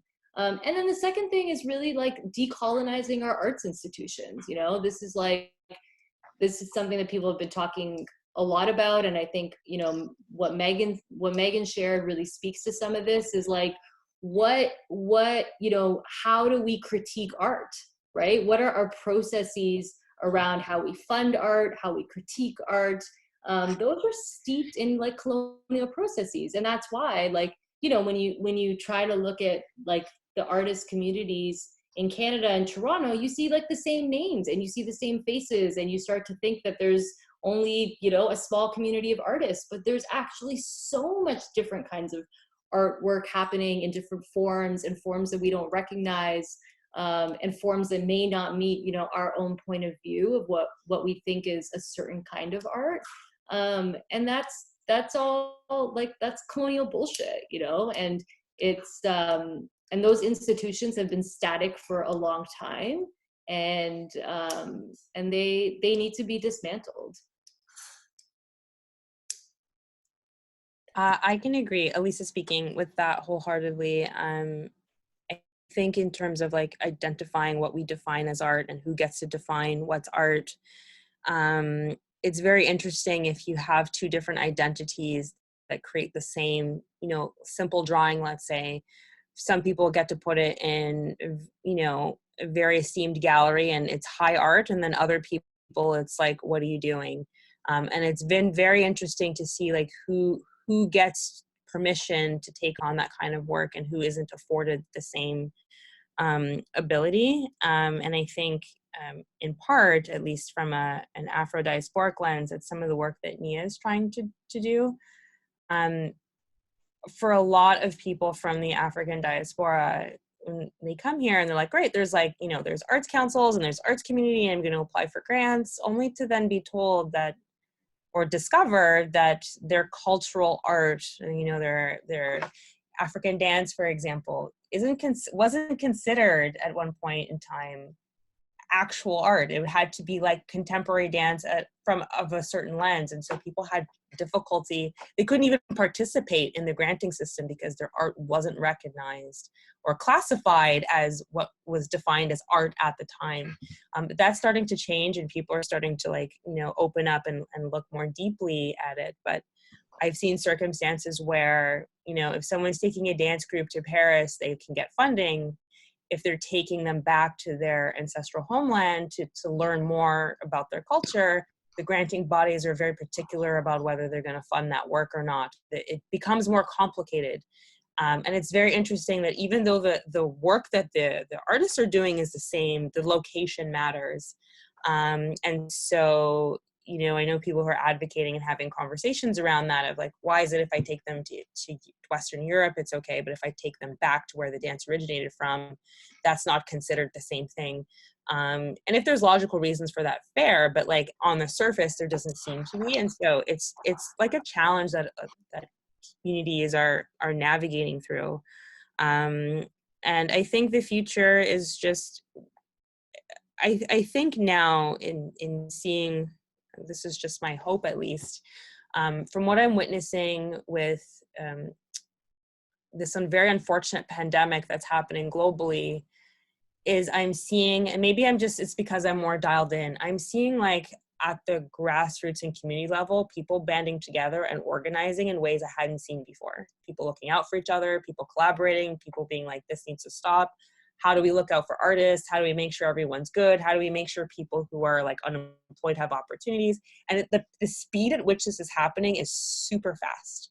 And people are organizing themselves and saying like, intermediaries, you've failed us. We can't depend on you. We got to take care of each other, because if we don't, we know what the price is going to be, and we're not willing to pay that price, and we can't pay that price because the cost is too high. So I feel like the future as we move forward is we're going to start seeing shifts. I think there will be decentralization to some degree of some wealth and power. And I think that there's opportunities to shift things. Whether or not that will happen, who knows? We're creatures of habit. We tend to go back to the same cycles. But I'm really confident and more cautiously optimistic, rather, that we're going to start seeing a change, and people are starting to realize that the change and things that people have been asking for, it's not just affecting artists anymore, it's affecting everybody, and people are really starting to understand and see the challenges in the system, because sadly it's affecting them also. And I think people are becoming more aware and open and paying attention to what's going on. And I've had a new level just in the past few days. I'm pretty dialed in, but so aware of like challenges people are facing and what's happening. And it's making me think about what I can do and what I can change and what I can advocate for. Because if we don't know what's happening, it's hard to advocate if you can't see it or you don't hear about it. But I think we're going to start seeing some change. Things will be rocky for a bit, but I'm feeling like our future is ours to imagine. And in an odd way, I feel like the pandemic will neutralize a lot of things. It's just going to shake up and disrupt, and there will be opportunity to change and grow. It might be slow, but I feel like those conversations are starting to happen, and people are mobilizing rather than just talking. Like I'm starting to see things, which is very inspiring and encouraging. So we'll see what happens. And I think a lot more, this is like more of a technical example, but this is the last thing I'll share. Just around, I don't know if anyone heard about this Italian startup. Two of them that kind of work together. One did research and development. Another one did 3D printing. And a hospital was like running out of valves for the respirators. They didn't have any more, and like people's lives were at stake. And they kind of came together and did a lot of very fast research, designed a prototype. They did this within like 3 hours. The initial company that manufactured it didn't want to give them any information about the design. So we'll just reverse engineer it ourselves and figure this out. They were able to figure it out, and they printed a prototype. It seemed to work. And then the next day they had printed 100 of them. And they were able to use them, and 100 people didn't die because of this, this thing that had happened. So I feel like the future will also be a lot more collaborations like that, calls to open source things. I think we'll see collaborations where we typically wouldn't have seen them before. And this was the first time that those two groups had ever done anything in this particular space. So they're experts in their respective fields, but it's interesting to see that I think there will be a broader application of how we can use our design and art and technology skills to make change outside of just the art space for everyday real life applications, which is pretty exciting. So at least for me it is anyway. So we'll see what happens. that's why I feel like we're going to see a lot more inclusion, a lot more people taking up space, and a lot more collaborations that aren't traditional, but that will drive pretty incredible change. Yeah, I completely agree with all that. It's been really cool to see what's happened just in the past few days, where you're seeing artists in particular, like turning very sort of simple technologies that we're used to, like a Google spreadsheet, a PayPal account, and an Instagram story, into like a platform for sharing resources and redistributing resources among, you know, their own communities. That sort of like ingenuity that's just like happening so instantly definitely gives like a lot of hope. I think it's really impressive to see what has been happening in the past few days. I'm super interested in where artists are going. I guess to kind of go back to one of Hima's earlier points. It's, to me, it's, though it can be good for the individual artists involved, it's super boring to see every agency, advertising agency and marketing agency, that is taking advantage of or exploiting artists. So artists do get paid, and that's important, but I'm so much more interested in how artists can be brought in to actually do the critical thinking and the creativity involved with their work, to imagine possible futures and different types of outcomes, and be involved in the sort of governing conversations in those kinds of ways. And there's a bunch of ways that I see artists that are out there right now kind of hinting at, or imagine, or sort of very explicitly illustrating different possible futures that could be appealing, and thinking critically about a lot of the topics that we've been talking about. The intersection of art and healing is really fascinating to me right now. There's this Jodorowsky quote that says, a scientist cannot be a healer. To do that work, you have to be an artist or a poet. And I think it may not be completely true, but it's there's a lot of healing work that is being done by artists in this moment as well. And I think that's something that's really interesting. And I also just wanted to mention the role of the artist in actually determining what technology can be, and that's really critical too. And even how we think about technology. There was an exhibit at Power Plant recently by an artist that I hope I can pronounce his name right, Adeyemi Adegbet, and Young Yemi, at Young Yemi is his Instagram. Really interesting Afrofuturistic project called Ascension Tech, and it's that name. The idea, even in the name of it, everyone should check out this work, and shout out Asia Clark, a colleague of mine who worked on it as well. But just the name, Ascension Tech, the idea that there's kind of a technology for remembering, futuring, and kind of reaching your higher self is really interesting in terms of how technology is purposed. There's a lot more to that, and a lot more to kind of read into in that work, but I recommend people check it out. And to the comment I made on chat, I'm very curious to hear everybody who's attending, if there's an artist that you're moved by, that you think has something to teach us about the futures unfolding and where we should take things. Thanks. And Meagan, do you want to close us off?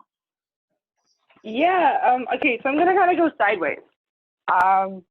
So one of the things that I'm always thinking about is, you know, if we, it's such a terrible like quote, it's like, if you help the least of us, you help all of us.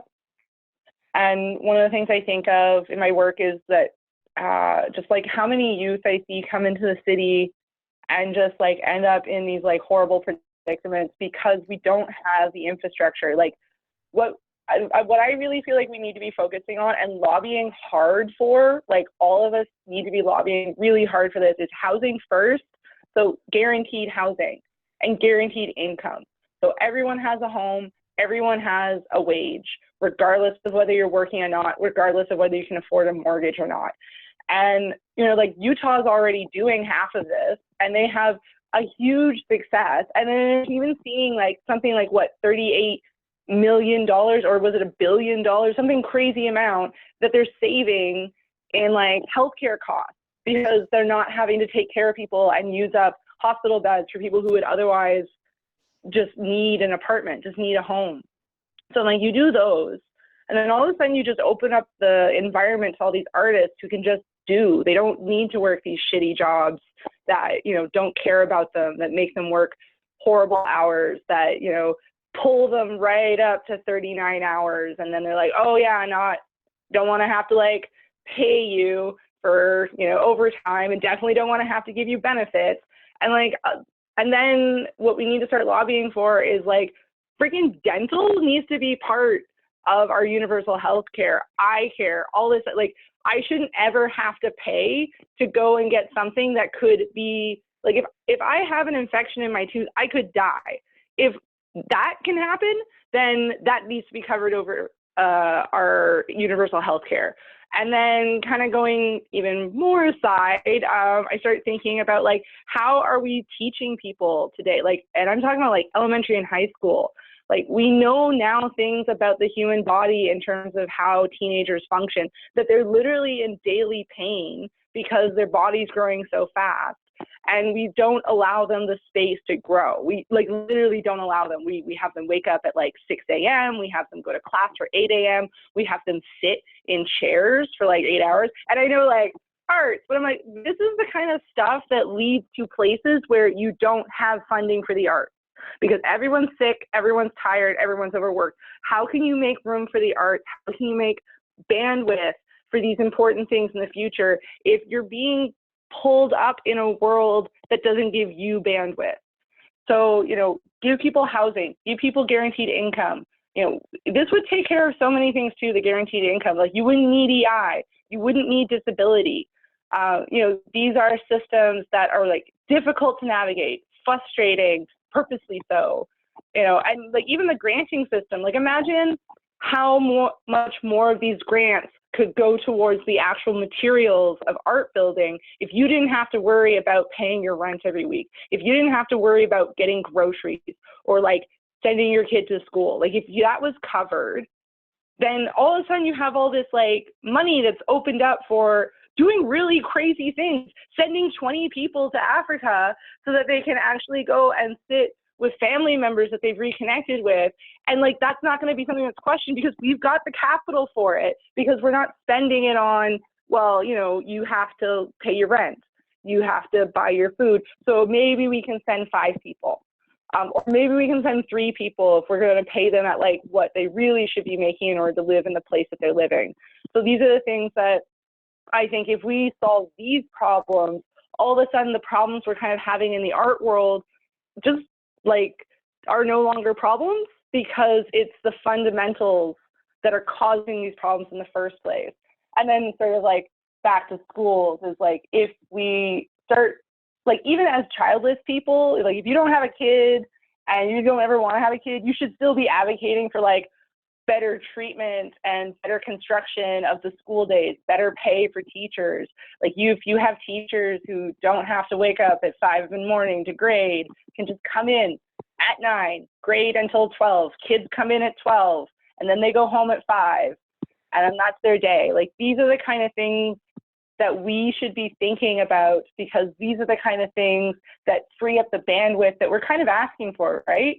Like these things that we're asking for, we're asking people to kind of free up their bandwidth, but we're also not acknowledging that this system is designed to eat it up as quick as possible. So there's no room for us. And so it's like, well, how do you make room? We got to go to the source of the problem. And if we can, we have to advocate for those things to be solved. And then it's sort of like, you know, you solve that bug and a million more will pop up, but, you know, you start getting closer to what you really want, which is like art in a stable format where everyone can do, you know, what they want and are helping each other. I mean, like, you know, the thing about a community is if you come after a hunt and you've had too much meat, you know, you don't just like keep it all. You like share it. You share it around. So it's like, I mean, I guess like, ooh, I'm a socialist and like a dirty commie, but like, freak, I don't care. Like, I will pay an extra $5 a year. I will pay an extra $100 a year or more if it means that I don't have to go down the street and like see these kids that are like begging for change and just want to be warm for the night. Like, I don't want that. I don't want that for them. I want them to be comfortable. I want them to be like full bellies and I want them to be warm. And like, if that means I don't get a game or something, I don't care. So like, yeah, sorry to rant about this, but like, these are the things that I feel like whenever I try to bring up outside of arts organizations or social organizations, people are just like, well, I want this. I'm like, you getting a new car is not good enough reason for why that kid needs to like sleep in the cold tonight. So these are the things that I kind of want to see more coming from arts organizations in terms of, yes, let's focus like on what we need to do too for like advocating for the arts, but like also let's save some of our bandwidth that we would have put all towards that and put towards things like universal basic income, housing first, you know, better education systems in the public sector. That's all. Thanks, Meagan. Yeah, thank you so much. Okay, well, we have about 10 minutes left, so I'm gonna pass it back to Elisa to finish us off with our last poll and really just go straight to our Q&A session. So if you have burning questions, comments, this is your chance, or just participate in the poll, and we'll close in about 8 to 9 minutes.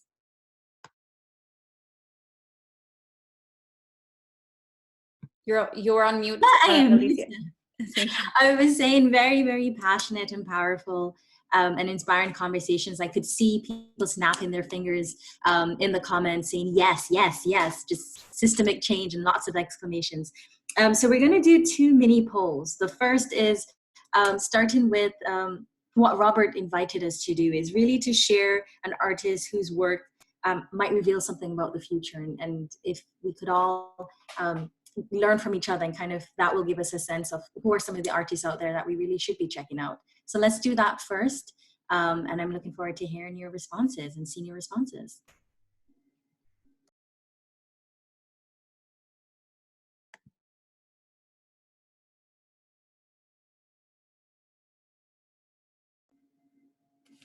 And while you think about that, I'm going to, again, I'm also going to invite all the creatives and aspiring artists and artists that are on the in this virtual living room with me to share 3 to 5 words that you see about the future.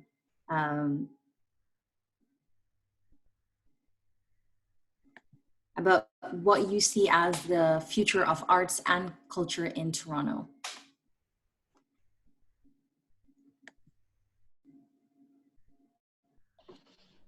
So we're seeing coming in, we have, and I hope I don't butcher anybody's name, but we have Ian Kamo, Casey, Khoizan, Naga, as well as Young Yemi. Expressions of Frida, who is not an artist per se, but an amazing feminist art collective to watch out for.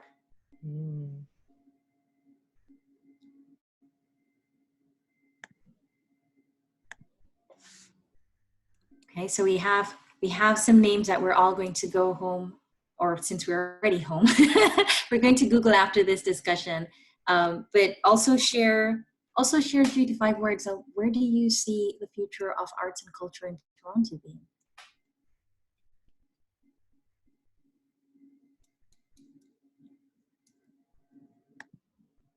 Eno Nimako, Andrew Zaley.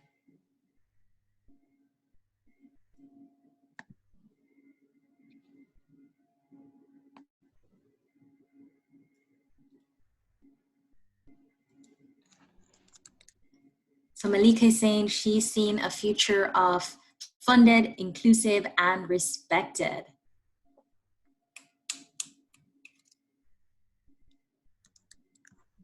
Amazing. So we'll keep the line open for another minute so that you can pour all your thoughts into the chat board, and then I'll hand it back over to Eugenia to close. Elizabeth Lapensi. I am butchering the names here.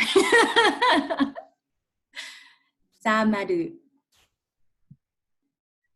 And maybe if you're keen, just tell us why. If you've shared a name there and you're keen to share why you've chosen to share, go for it.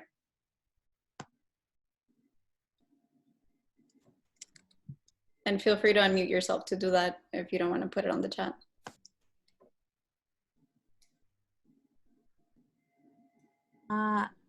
Elisa here. I'm going to share an artist. I'll put his Instagram in. His name's Sarlo.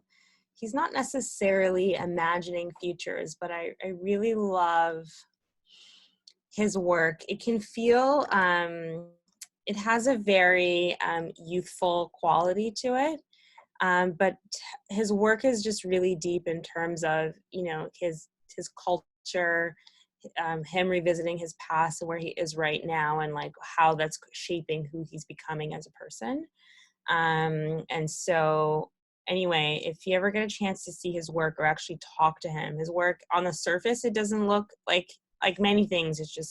It's very deep, and he's a stellar human being. And so we'll see what the future holds, but I have my eye on him and have for a few years. And as we affirm the future that we want, I do want to share Anjum's future of honored intersectional or intersectoral collaboration, politicized art to drive in systematic change, as well as a deeper, this is from Peru, a deeper layer of intersectionality in arts and other sectors, example, poetic joy and journalism.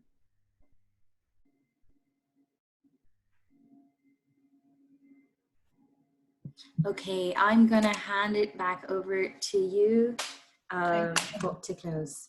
Great, okay, yeah, so we're at the end of our webinar, but before we close, we did wanna share something that was shared with our community today.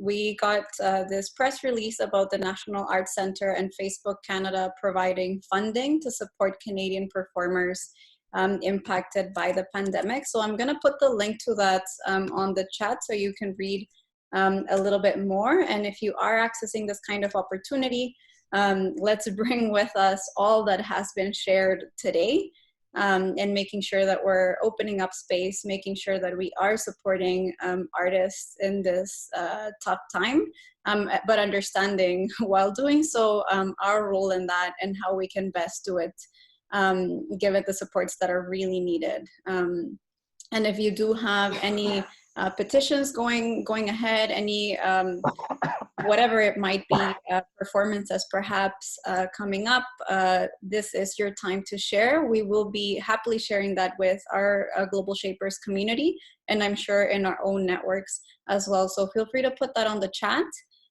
or email us as well, so we can share that and amplify the work that you're trying to do now. I think I'm going to close by asking our four speakers to share in 3 to 5 words how you're left feeling after this, about the future, about the work that we're all trying to do here. I'll jump in first just because I just shared something here.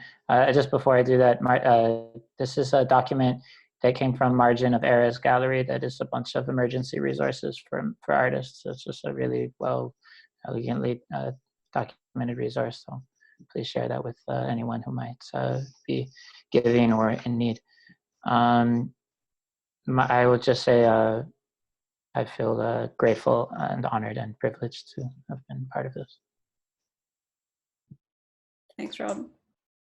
Hima? You're on mute. Thank you.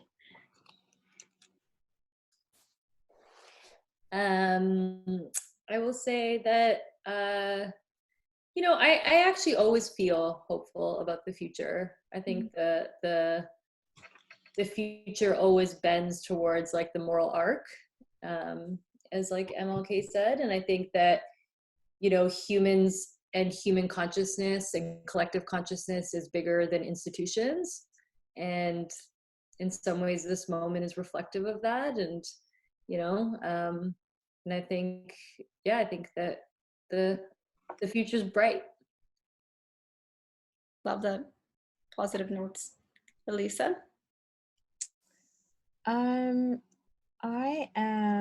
also tend to take a fairly positive view. I think you know, the future is infinite, and there's so much room to move and to grow.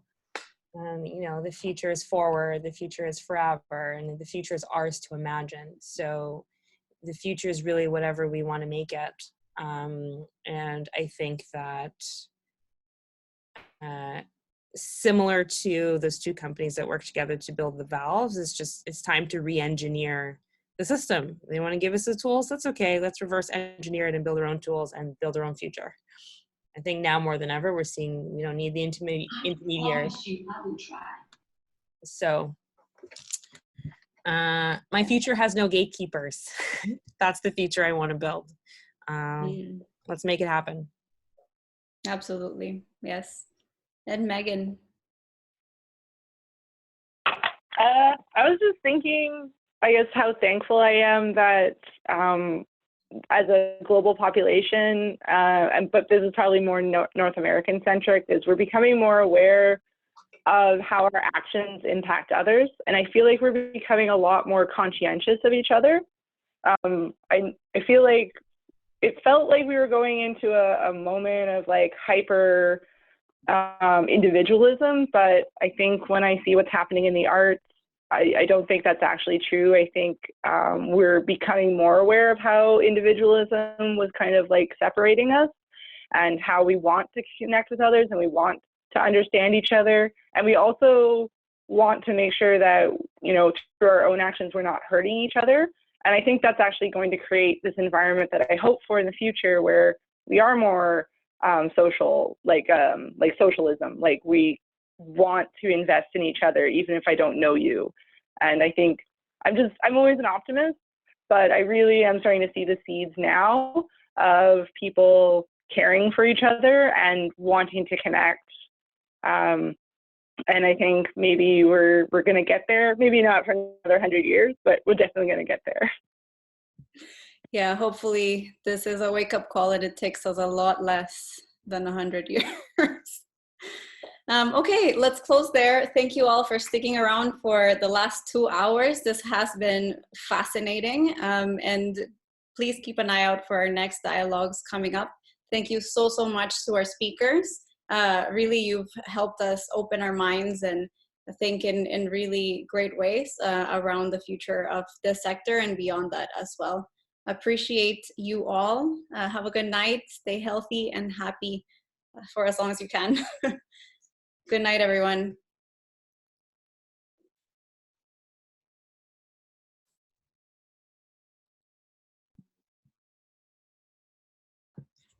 Thanks, Alicia. Thanks, Anjum. Thanks, Elise. You were awesome. Appreciate it. Alicia, you're on mute.